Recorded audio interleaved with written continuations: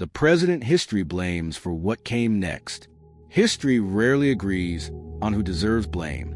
But sometimes one presidency becomes a turning point everyone points to after everything falls apart. Not because of what was done, but because of what wasn't.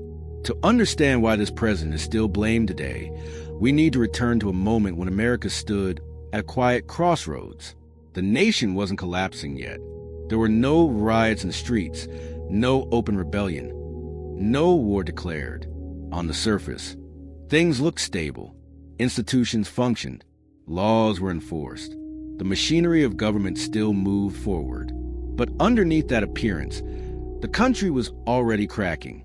And the choices made in this moment would echo for generations, precisely because they failed to address what was forming beneath the surface. When this president entered office, the United States was deeply divided, politically, economically, and morally. Powerful forces were pulling the country in opposite directions, and compromise had become the default survival strategy. Each decision was measured not by what was right, but by what might delay disaster just a little longer. Stability became the priority, not resolution. Leadership shifted from shaping outcomes to managing risk. At first, this approach seemed reasonable. Calm tensions, avoid confrontation, preserve order. The belief was simple. If the storm could be delayed, perhaps it could be avoided altogether.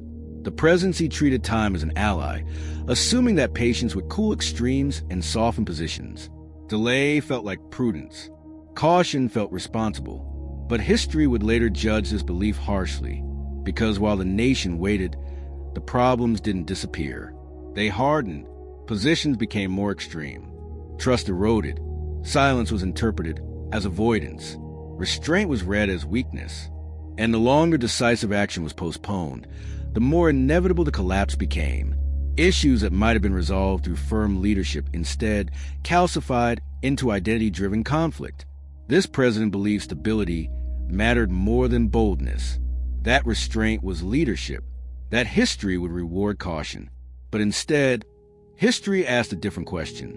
What happens when leadership chooses delay over direction?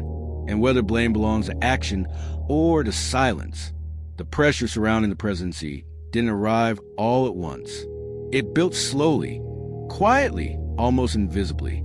Each unresolved issue fed the next, creating a chain reaction that few recognized at the time. From inside the White House, the situation didn't look like a crisis yet. It looked manageable, temporary, containable. Each compromise bought time, reinforcing the illusion that the strategy was working. But outside those walls, patience was wearing thin. Political factions stopped listening to one another. Newspapers sharpened their language. Public discourse grew more hostile. Regional interests hardened into identity. What had once been disagreement became distrust, and distrust began to override allegiance to shared institutions. The president knew the dangers of escalation. Every decisive move risked alienating half the nation. Every firm stance threatened to ignite consequences no one could control. So the strategy became delay. Committees instead of commands. Statements instead of solutions. Silence where clarity was demanded. Leadership was exercised through moderation rather than direction. In private, advisors warned that the window for compromise was closing. That postponement was no longer neutral. It was becoming a choice in itself. Each day without action strengthened the most uncompromising voices. Yet the belief remained that restraint would cool emotions, that time would soften positions, that history could be paused. It didn't. Instead, delay sent message. To some, it signaled weakness. To others, indifference. And to the most extreme voices, it was permission. When authority hesitates, alternatives rush in to fill the space. Power doesn't disappear when it isn't used. It shifts, it moves elsewhere. While the presidency hesitated, new actors stepped forward. Governors defied, legislatures ignored. Influential voices filled the vacuum left by uncertainty. Control fragmented. The center weakened as the edges grew louder. The nation wasn't unraveling because of one decision. It was unraveling because leadership failed to draw a line when one still mattered. Authority that isn't exercised early loses its ability to shape outcomes later. And as tensions climbed, the presidency slowly lost control of the narrative. And with it, the ability to guide what came next. Events began moving faster than deliberation. Momentum replaced moderation. Because history doesn't wait for consensus. It accelerates when no one is willing to lead. The breaking point didn't arrive with an explosion. It arrived with exhaustion. By the time the crisis finally revealed itself, the nation was already emotionally committed to opposing sides. Lines had been drawn long before anyone officially acknowledged them. The conflict was no longer about policy. It was about identity, loyalty, and fear. Inside the presidency, the realization came too late. The tools that once could have shaped events now felt blunt, ineffective, outdated. Authority that isn't exercised early becomes harder to enforce later. Orders invite resistance. Warnings sound hollow. Leadership loses momentum, and momentum rarely returns once lost. What made this moment especially dangerous was the illusion of control. The government still functioned. Elections were still held. Laws were still passed. But beneath that surface, loyalty to the national ideal was eroding. People no longer believed the system would protect them. And when belief collapses, legality follows. Compliance becomes conditional.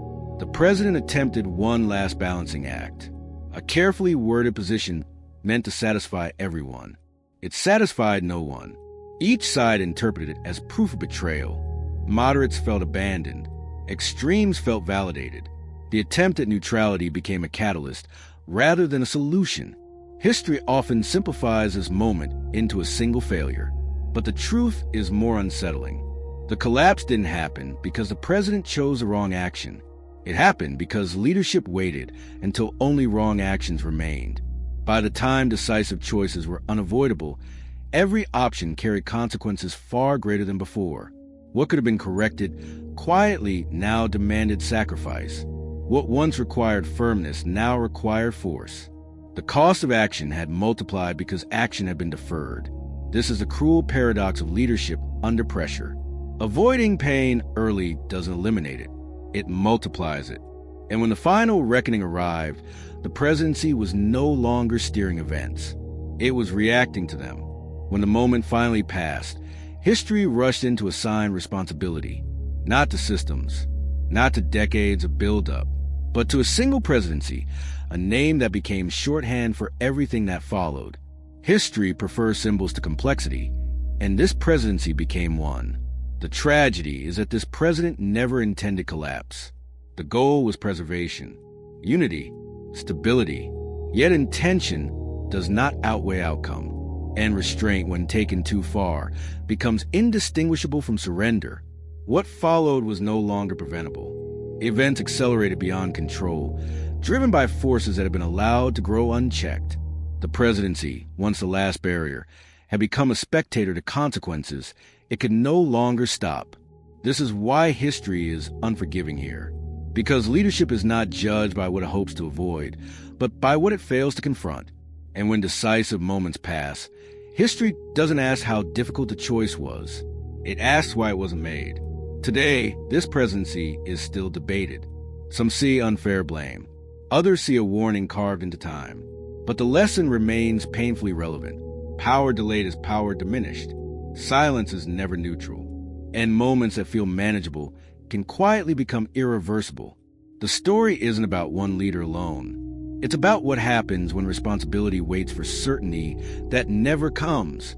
Sometimes, what comes next is born not from action, but from hesitation. Subscribe to join the journey. The